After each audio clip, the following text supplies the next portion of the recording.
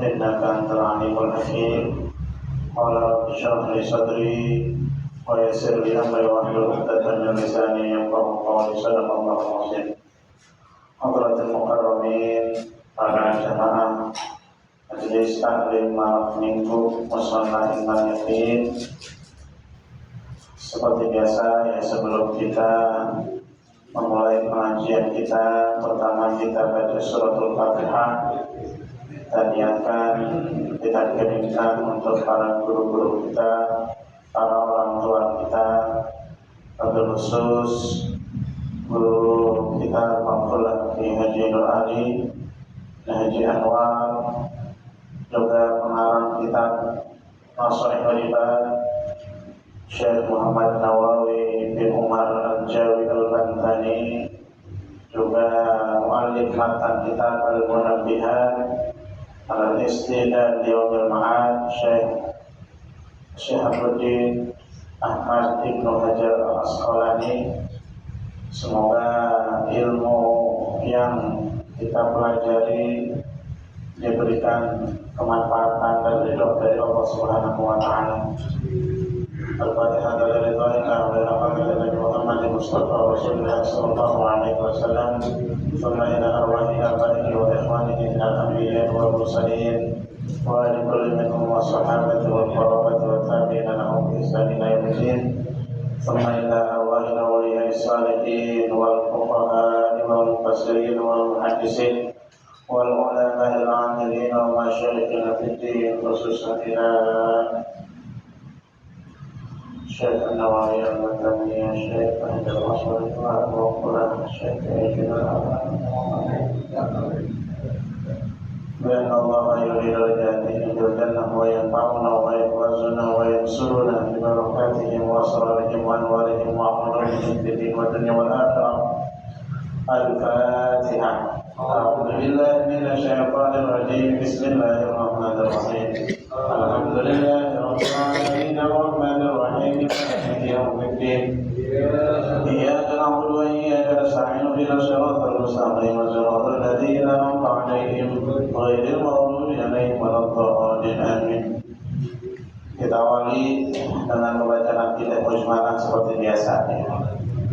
Bismillahirrahmanirrahim. Bismillahirrahmanirrahim. Wa ba'du fa inna walhamdulillahi qad radina billahi rabba wa bil islami dina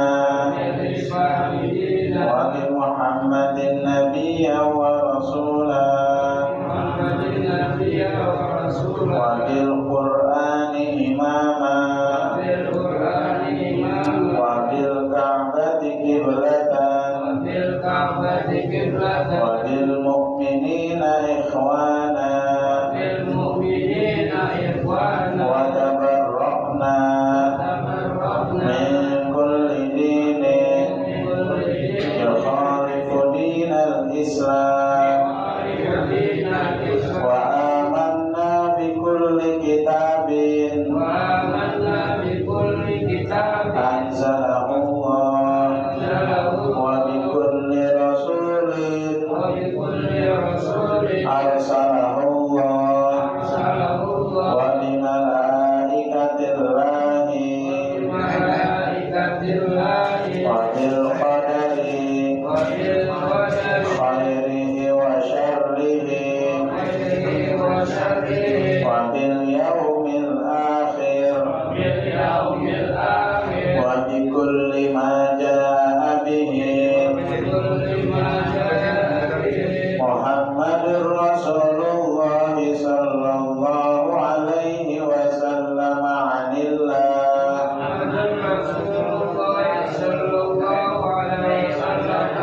ala dzalika nahya wa alaihi namutu wa alaihi nub'atu insyaallah ta'ala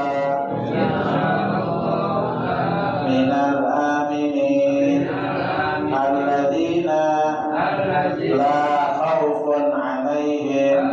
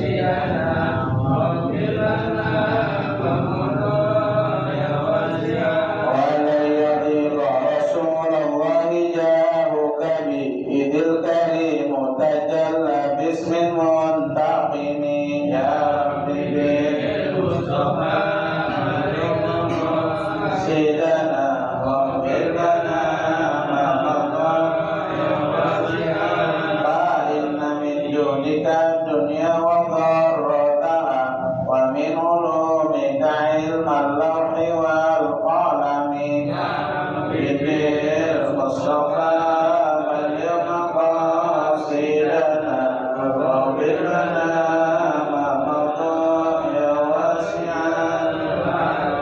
الفاتحة. الحمد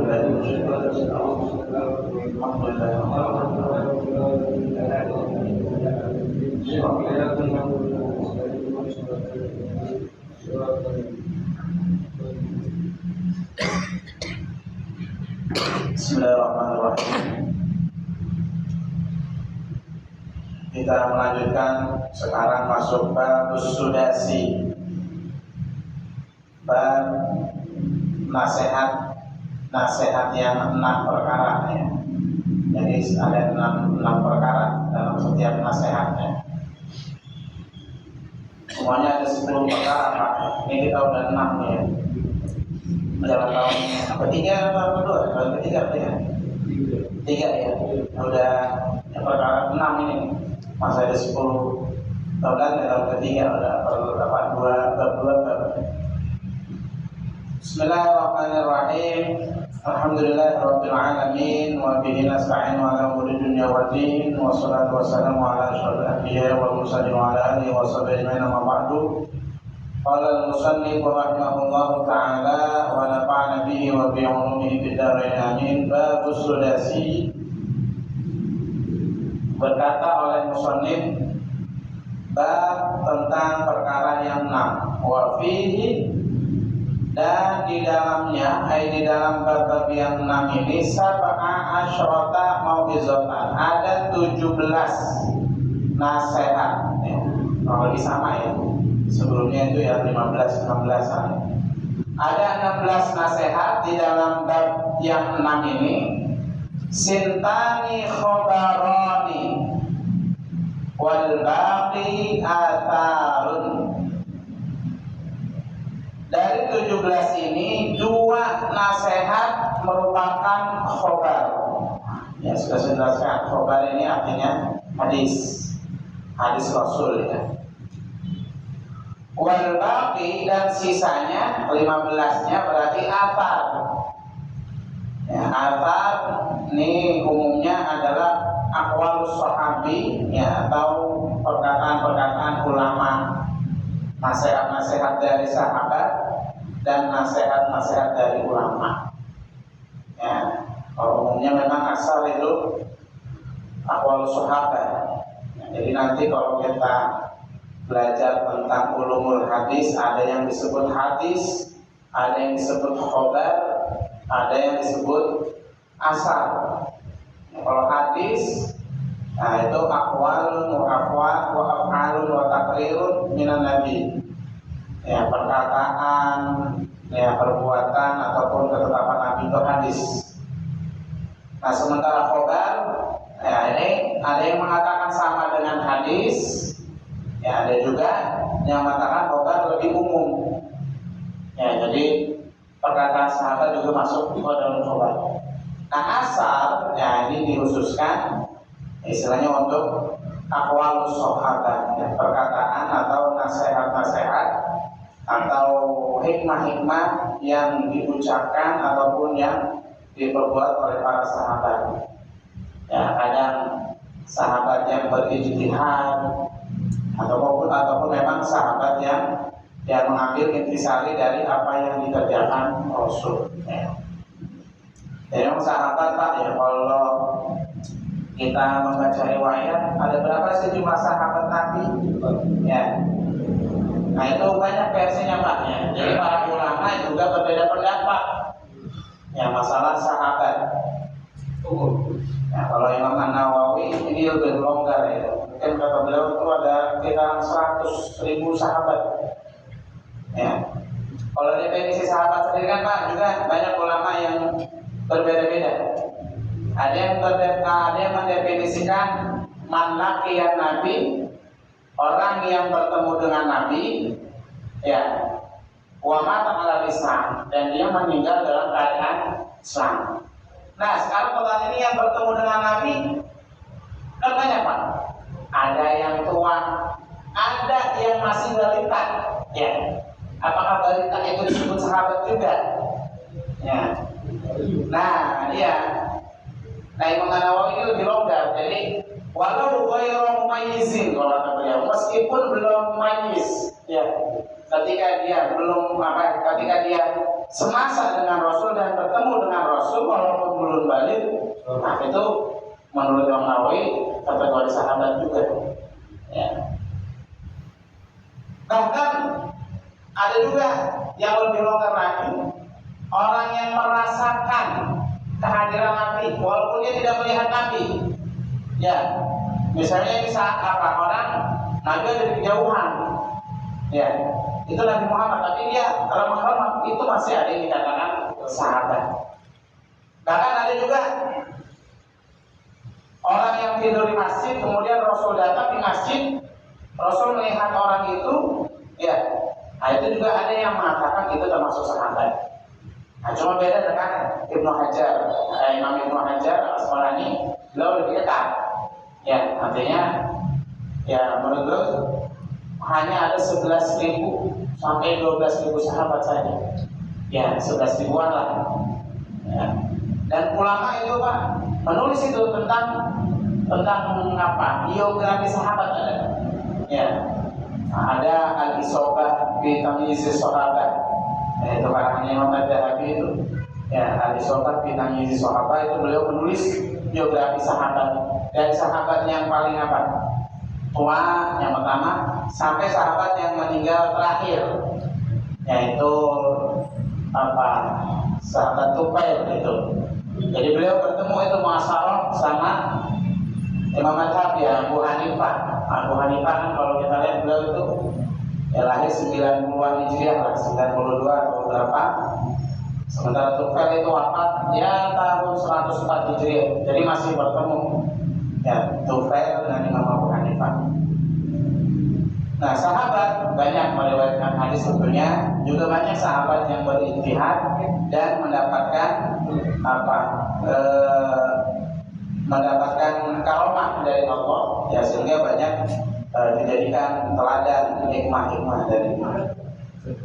Baik, yang pertama ini hadisnya. Al-maqalatul ula, nasihat yang pertama.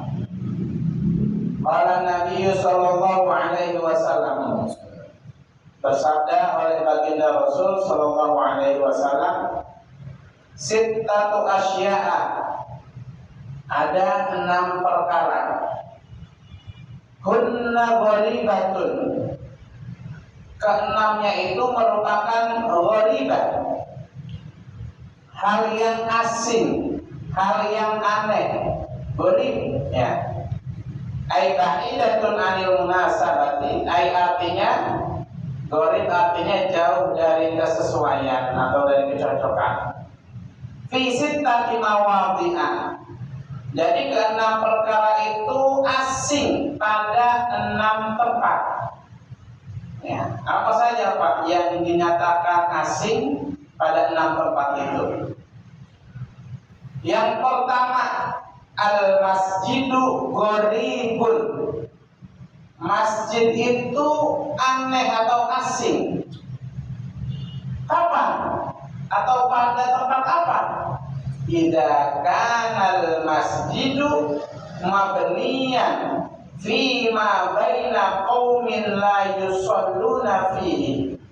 Masjid itu akan terasa asing apabila dibangun fi ma baina qaumin, di antara umat, di antara kaum la yusalluna fihi, yang tidak sholat oleh mereka fi fil masjid.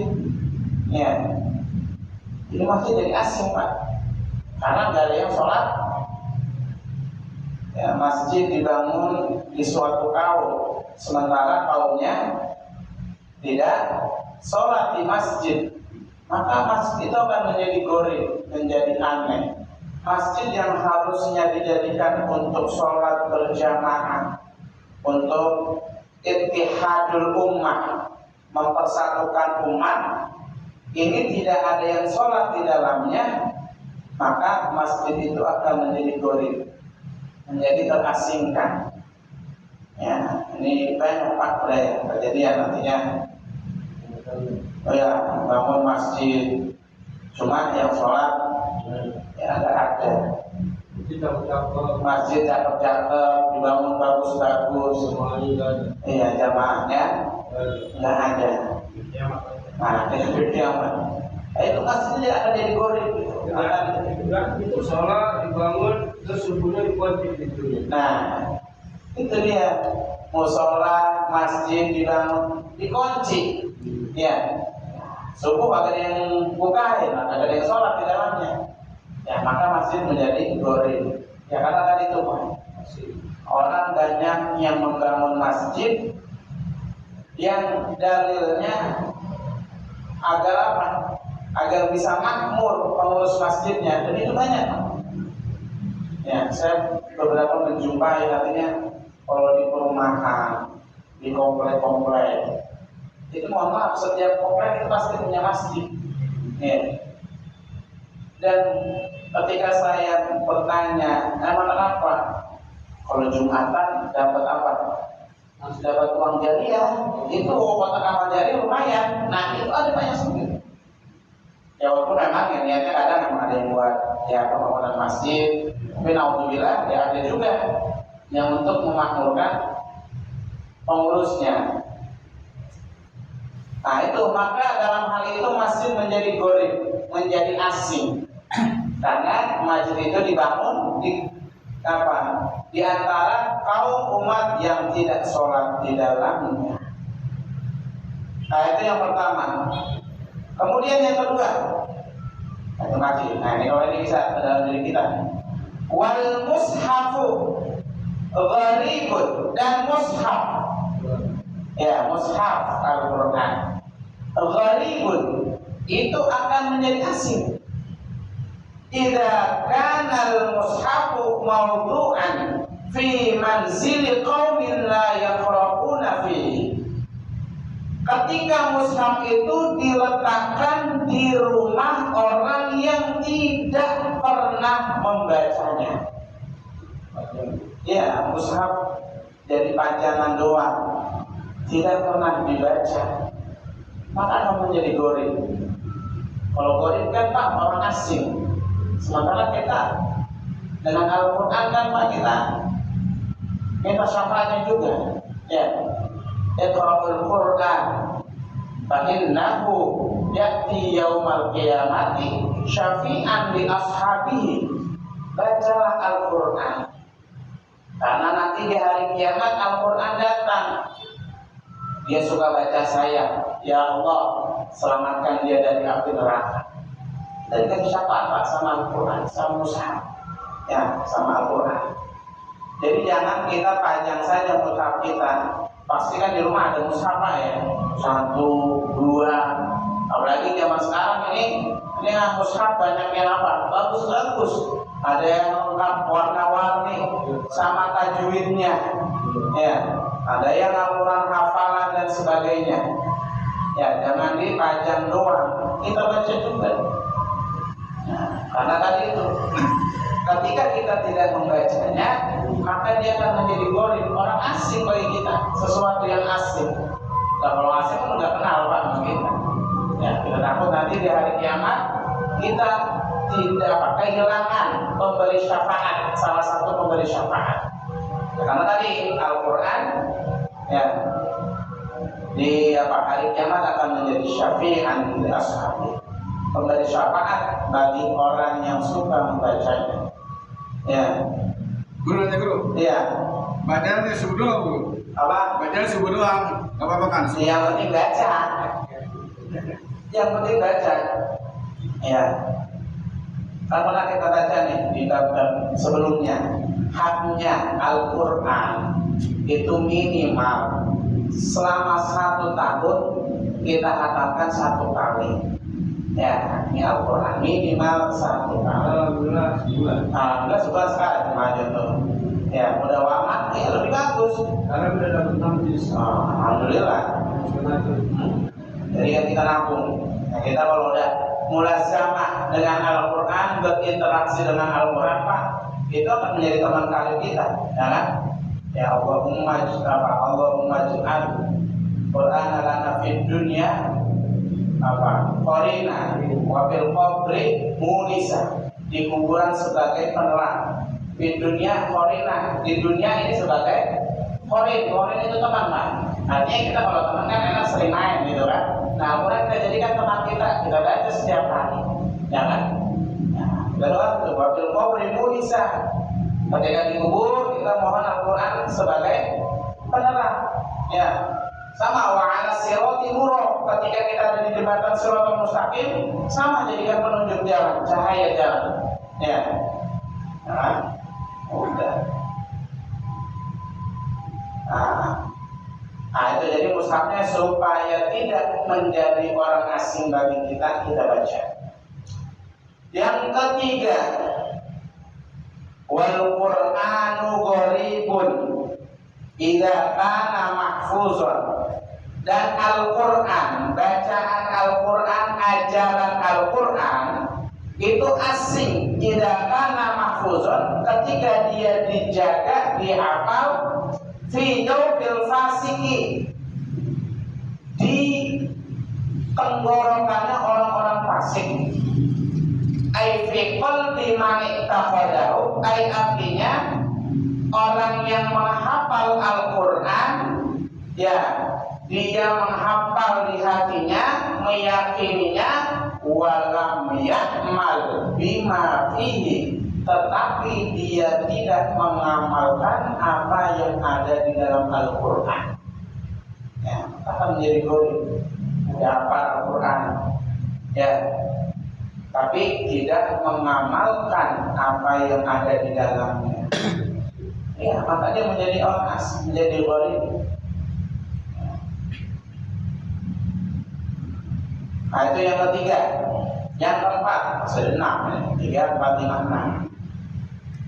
Wal mar'atul muslimatus sholihatu, dan perempuan muslimah yang sholihah, ay al-muti'ati lillah, ay yang taat kepada Allah dan kepada Rasulnya, gharibatun, akan menjadi orang asing, fi yadi rajulin zalimin, di dalam kekuasaan laki-laki yang zalim.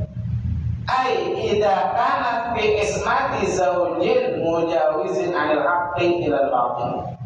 Ay apabila perempuan yang cantik, yang solihah itu berada di bawah suami yang melampaui batas dari kebenaran sampai ke kebatilan. Sayyi'il khalqi, atau dia berada di bawah suami yang buruk akhlaknya. Ya, jadi akan menjadi gharibah itu perempuan yang solehah, yang muslimah, kalau suaminya buruk pelangainya. Ada hadis qala Nabi sallallahu alaihi wasallam, ahabbukum ilayya, yang paling aku cintai, kata baginda Rasul, ahsanukum akhlaqan, ialah orang yang perangainya baik, yang akhlaknya baik, al-muwaffaquna aknafan, orang yang murah hati, alladzina ya'lafuna wa yu'lafun, dan orang-orang yang mengasihi dan dikasihi. Artinya kalau perempuan kita, istri kita merupakan istri yang solehah, ya, yang nurut sama suami, taat sama Allah, maka jangan sampai kita menjadikannya gharib, jangan sampai kita menjadikan dia asing karena kita menzoliminya. Maka sudah selayaknya kita sebagai suami harus memiliki husnul khuluqi, jangan sayyi'ul khuluqi. Apa itu husnul khuluqi? Nah, ini dijelaskan oleh Imam An-Nawawi. Wa husnul khuluqi an yakuna sahlal arikati, layyinul janibi, taliqal wajhi, qalilal fawri, tayyibal kalimati. Siapa itu yang perangainya baik? Dijelaskan. Yang pertama, ayyakuna sahlal ariqati. Dia orangnya murah hati. Ya. Layyinal janibi, lemah lembut. Toliqal wajhi, memiliki wajah yang ceria. Qalilal qawli, sedikit marah. Thayyibal kalimati, dan bertutur kata yang baik. Nah, ini orang yang husnul khuluqi. Dijelaskan kembali Rasulullah, qala Rasulullah sallallahu alaihi wasallam, ahlul jannati, penduduk surga, kullu hayyinin, setiap orang yang rendah hati, layyinin, orang yang lemah lembut, sahlin, orang yang murah hati, qalbin, dan orang yang memiliki wajah ceria. Nah, itu. Jadi jangan sampai kita jadikan istri kita yang solihah ini menjadi orang asing. Kemudian yang kelima, warrajulul muslimus sholihu, kebalikannya ini ya. Laki-laki muslim yang solih, gharibun, menjadi asing juga, fi yadi imra'atin radiyatin, di tangan perempuan yang hina, yang buruk perangainya. Nah, jadi ya balikan ya tadi. Ya, sayyi'atil khuluqi, perempuan yang buruk akhlaknya. Yang terakhir, yang keenam. Nah, ini penting juga nih.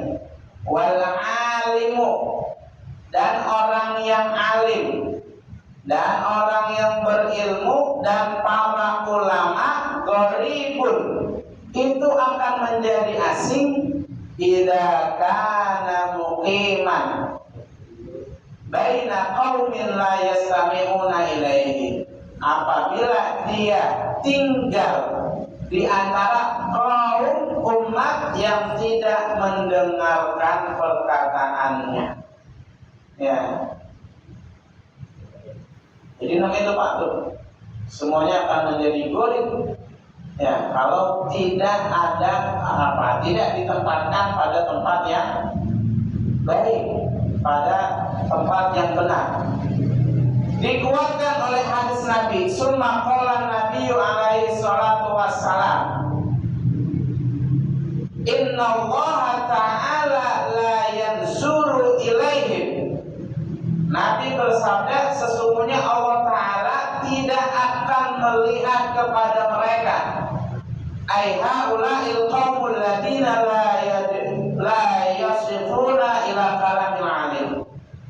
Ai tidak melihat kepada kaum yang tidak mendengarkan perkataannya orang yang alim. Yaumal qiyamati nazar rahmati. Jadi Allah tidak akan melihat kepada mereka nanti hari kiamat dengan pandangan rahmat, dengan pandangan kasih sayang. Ya, jadi pandangannya bukan pandangan rahmat lagi, tapi sebaliknya. Ya, Allah memandangnya dengan nazrul ghadab. Ya, pemandangan ya marah.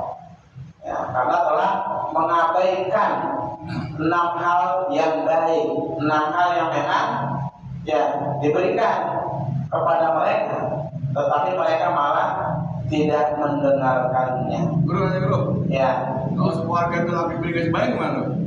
Apa? Kan laki bini kasih bayang itu gimana? Keluarga laki bini kasih bayang. Iya. Orang apa dulu? Islam orang Kristen? Islam.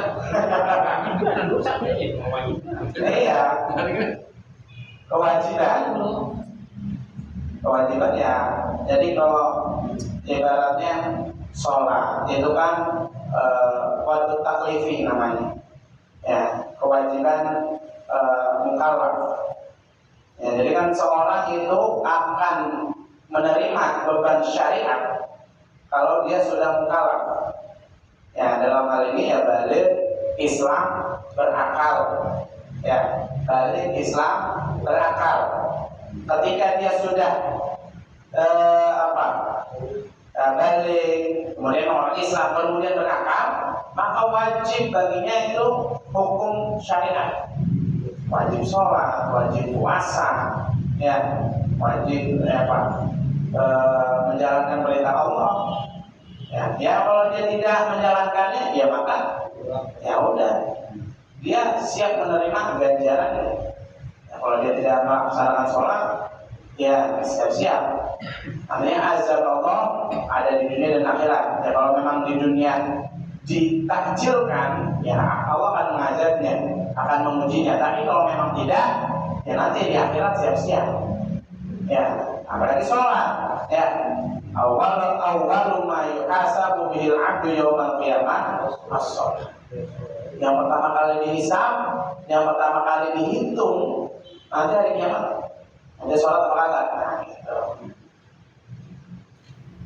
Ya, kita sebagai saudara, sebagai sesama umat Islam, ya kalau udah ngingetin, ya sholat, ya. Kalau udah susah juga diingetin, ya dia siap-siap dah. Itu dia siap menanggung bebannya sendiri. Jadi yang itu loh, sebagai asing itu, cuma asing gue sebut asing. Nah, kita gue nggak sholat asing, berarti laki bini itu nggak sholat asing banget dong. Ya udah asing ya udah. Ya, karena nanti ya di hari kiamat ya kita sendiri-sendiri, ya tinggal nanti amal kita yang menyelamatkan kita. Ya kan? Idza mata ibnu Adam in qata'a amaluhu illa min salasin. Kalau sudah meninggal manusia semua terputus kecuali 3 perkara. Sedekahtin jariyatin. Kalau kita sedekah jariyah, nah itu tadi yang penolong kita itu aw ilmin yuntafa'u bih. Awaladin sholihin ya mulai. Makanya sebagai orang tua, ya investasi yang menjadikan dunia dan akhirat adalah anak. Ya makanya banyak saya dengar juga ya artis-artis yang habis kawin dia memilih child free, apa istilahnya itu ya, child free, bebas dari punya anak, jadi nggak mau punya anak itu, ya child free istilahnya, ya. Jadi udah kita nggak mau punya anak biar nggak ada beban, ada kan gitu pak, ya ada itu artis ataupun orang-orang yang menyuarakan itulah child free istilahnya, jadi bebas dari tanggungan anak, jadi nggak mau punya anak setelah nikah dia komitmen udah kita nggak punya anak. Ada pak yang seperti itu. Ya sebenarnya salah satu maqasidus syariat, salah satu tujuannya syariat itu adalah hifzun nasab, ya memelihara keturunan. Jadi Islam sangat menganjurkan. Makanya kan kalau kita sering hadir di acara akad itu kan ada khutbah nikah. Tazawwajul waludal wadud. Ya, nikahilah al-walud. Al-walud itu artinya apa? Perempuan yang bisa melahirkan banyak anak. Tuh, kita disuruh Islam seperti itu. Tazawwajul waludal wadud. Ya. Walud itu ya syarah hadisnya perempuan yang banyak anak, ya yang subur, ya yang subur dah. Ya kan biasanya kita lihat dari keturunannya. Makanya kalau ya mau nikah, ya kita lihat orang keturunan dia anaknya banyak, yaudah nikahin. Ya atau ada ada bacaan-bacaannya itu yang berbisa gede kayaknya anak, ya kan? Nah itu ya bisa lah. Sebenarnya kita ini jelas dianjurkannya seperti itu. Dulu tadi itu yang Pak Gubernur itu Gubernur Jawa Barat, atau yang anak 2 cukup. Ya itu memang bertentangan dengan ya tapi dia agama kayak karun apa Sunda Wita. Iya, kemarin dengar itu rumah sakit Al Ihsan diganti dari rumah sakit Welas Asih apa ya? Ya, dirubah sih. Nah, cuma kalau hal seperti itu ya mungkin pemerintah punya kajian yang mendalam lagi, makanya kita dibatasin ya keluarga berencana 2 anak sudah cukup gitu ya mana ya 2 anak sudah cukup. Ya berarti ya Islam menganjurkan kaji Azawajul walud al-wadud. Ya, karena tadi salah satu investasi dunia akhirat yang memang pasti adalah anak. Ya, ketika kita meninggal, ya yang bisa doain kita ya anak-anak kita, ya anak-anak kita. Makanya kita didik anak-anak kita yang menjadi anak-anak yang soleh. Nah, jadi seperti itu Pak ya. Nah itu nasihat yang pertama ya. Jadi 6 hal asing ketika dia ada di beberapa tempat. Wal maqalatus tsaniyatu, dan maqalah yang kedua. Nasihat hadis nih, bayangkan hadisnya ada 2. Qala Nabi sallallahu alaihi wasallam, sittatun minan nasi, ada 6 orang la'antuhum, kata Rasul ini Pak, yang saya melaknat mereka, wala'anahumullahu ta'ala, dan Allah juga melaknat mereka, wa kullu nabiyyin mujabid da'wati, dan nabi-nabi yang doanya diijabah juga melaknat mereka. Nah, siapa aja Pak 6 orang ini? Mudah-mudahan kita jangan sampai nih termasuk yang 6 orang ini. Yang pertama, az-za'idu fi kitabillahi ta'ala. Yang pertama adalah orang yang menambah-nambahkan apa yang ada di dalam kitab Allah Ta'ala. Aiman yadkhulu fihi, artinya orang yang memasukkan di dalamnya ma laisa minhu, apa-apa yang harusnya tidak ada di dalamnya, wa yu'awwiluhu bima la yasihu, dan menafsirkannya dengan hal-hal yang tidak benar. Nah ini kayak Ahmadiyah Pak yang kita dengar ya, dia kan mengacak-acak isi Al-Quran. Ya, iya, itu yang mengacak-acak isi Al-Quran. Nah itu dilaknat sama Allah. Sebenarnya kitab Allah bukan hanya Al-Quran Pak ya. Nah kitab Allah ya bisa juga Injil. Apalagi Injil sekarang Pak ya, udah nggak ada yang murni, udah nggak ada yang asli. Kalau Injil yang murni, Injil yang asli itu kita sering dengar debat dari apa? Siapa itu? Orang Pakistan itu. Oh ya, Dr. Zakir Naik ya. Nah itu beliau apa itu Injil dari berbagai apa? Versi itu. Ya. Dan banyak juga Injil-Injil yang beliau mengeluarkan ayat-ayat yang memang dari Injil asli, yang memang membenarkan ajaran Nabi Muhammad, ya, membenarkan ajaran umat Islam. Ya, tetapi itu dia banyak apa? Menambahkan, bahkan menafsirkan ya dengan keinginan-keinginan mereka. Dan dulu saya cerita Pak ya, waktu saya kuliah itu di tempat saya mondok di Darussunnah itu ada pendeta, dia mu'alaf, ya, dia jabatannya udah tinggi di pendeta itu. Jadi saya cerita, bisa bilang kita manggil Abi, ya, kamu mudin badannya. Abi itu gimana ketika jadi pendeta? Nah, saya mau nanya tentang Injil. Kata dia, nah jadi pendeta-pendeta yang pada kuliah di universitas tinggi Pak, ya khususnya kuliah Kristenan, itu dia tugas akhirnya itu harus bisa menafsirkan Injil-Injil ya dengan apa tujuan ya untuk tadi menguatkan agama Kristen dan menjatuhkan umat Islam ya dengan ditambah-tambahkan ayat-ayat Injilnya gitu. Nah itu berarti dia termasuk orang yang dilaknat oleh Allah Subhanahu wa Ta'ala. Kemudian yang kedua, wal mukadzibu bi qadarillahi ta'ala, dan orang yang mendustakan takdir Allah Subhanahu wa Ta'ala. Saya juga bisa 7 menit lagi, nyari lagi dah. Wa ta'alluqul iradati dzatiyati bil asya'i fi awqatihal khassah. Orang yang mendustakan takdir Allah itu seperti dia mengkaitkan kehendak zat Allah dengan sesuatu pada waktunya yang dikhususkan. Contoh, ya, misalnya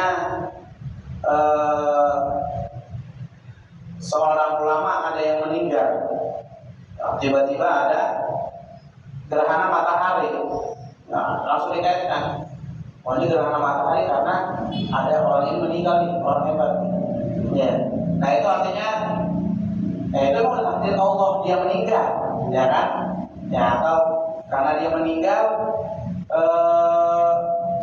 ada gempa nih jadinya. Nah itu namanya mendustakan takdir Allah. Dan hal ini Pak pernah terjadi ya ketika kematian anak Nabi Muhammad, ya Ibrahim. Jadi kan Nabi Muhammad kan ada 7 orang ya. Nah 3 laki-laki, 4 perempuan. Nah yang laki-laki ini meninggal masih kecil semua Pak. Ya mungkin ini udah jalan Allah gitu supaya anak Rasul itu tidak ada yang diputuskan gitu. Nah ketika Ibrahim meninggal itu gerhana matahari, ya gerhana matahari. Akhirnya para sahabat, oh ini gerhana matahari karena kematian Ibrahim, ya kan? Nah langsung turun hadis ya, apa? Inna syamsa wal qamara la yankashifani limauti ahadin, ya, bahwasanya matahari dan bulan dia tidak tertutup atau gerhana ya karena kematian seseorang, ya. Innaha ayatun min ayatillah, bahwasanya itu termasuk tanda kebesaran Allah. Jadi tidak dikait-kaitkan Pak, ya. Jadi karena dia meninggal akhirnya ada gempa, nah itu kita nggak boleh. Kemudian yang berikutnya wal mutasallitu bil jabarut, dan penguasa yang sewenang-wenang. Ya, Bayu man adallahu Allah Ta'ala, maka dia memuliakan orang yang dihinakan oleh Allah, wa ahlul batil. Jadi penguasa yang memuliakan orang-orang yang harusnya dihinakan oleh Allah. Ini tadi orang-orang fasik, orang-orang munafik dijadikan penguasa. Nah itu Pak. Ya, jadi pemimpin kan harus hati-hati. Kalau kita milih orang yang memang dia orang yang munafik, ya maka penguasa itu akan dilaknat oleh Allah. Dan kebalikannya wa yudhillu man azzahullah, dan penguasa itu menghinakan orang-orang yang dimuliakan Allah. Ulama, ketika ulama dihina oleh penguasa yang sewenang-wenang, maka penguasa tersebut ya termasuk orang yang dilaknat oleh Allah Subhanahu wa Ta'ala. Nah itu yang ketiga. Yang keempat, wal mustahillu li haramillahi ta'ala, orang yang menghalalkan hal-hal yang dilarang yang dilakukan di kota Makkah, ai harami Makkah. Ya, jadi Makkah memang sudah dijaga Pak sama Allah ya. Bahkan ya kita tidak sembarangan. Ya, di Makkah kan tidak boleh berperang, tidak boleh membunuh, bahkan membunuh binatang itu dilarang di Makkah ya. Ya, ada lagi haji ya. Nah kemudian yang kelima, wal mustahillu min itrati ay dzurriyyati wa qarabati, orang yang menghalalkan dari keturunanku dan kerabatku ma harramallahu, apa-apa yang dilarang oleh Allah, minal ma'asi wal mazalimi, dari berbuat maksiat dan menzalimi mereka. Artinya tadi keturunan Rasulullah ya, sekarang habaib ya, para syarifat, nah itu memang harus dihormati Pak. Ya, memang itu sudah ada hadis dari Rasulullah sendiri. Yang minimal kita tidak mencaci mereka, kita tidak ya meskipun tentunya tidak semua habaib itu ya berakhlak karimah ya. Ya ada juga habaib yang mungkin selainnya mungkin ada juga. Cuma tadi kita melihat bahwa dia adalah keturunan Rasulullah. Nah, berikut juga. Iya. Nah kemudian yang terakhir, wattariku lisunnati, dan orang yang meninggalkan ajaran-ajaranku, bil i'radi anha, dengan meninggalkannya istighfafan, ya dengan apa, merendahkannya. Sama apa, innallaha ta'ala la yanzuru ilaihi yaumal qiyamati nazrul rahmah. Allah tidak akan memandang mereka dengan pandangan kasih sayang. Wallahu a'lam bishawab. Al-Fatihah. Bismillahirrahmanirrahim. Alhamdulillahirabbil alamin arrahmanir rahim maliki yaumiddin. Iyyaka na'budu wa iyyaka nasta'in. Shiratal mustaqim. Shiratal ladzina an'amta 'alaihim. اللهم بحق الفاتحة وسر الفاتحة وكرامة الفاتحة يا فارج الهم يا بيت الرحم يا من لا يغفر العبد اللهم بها سبحانك اللهم وتحياتك بها سلام وآخر دعوانا الحمد لله رب العالمين. السلام عليكم ورحمة الله وبركاته.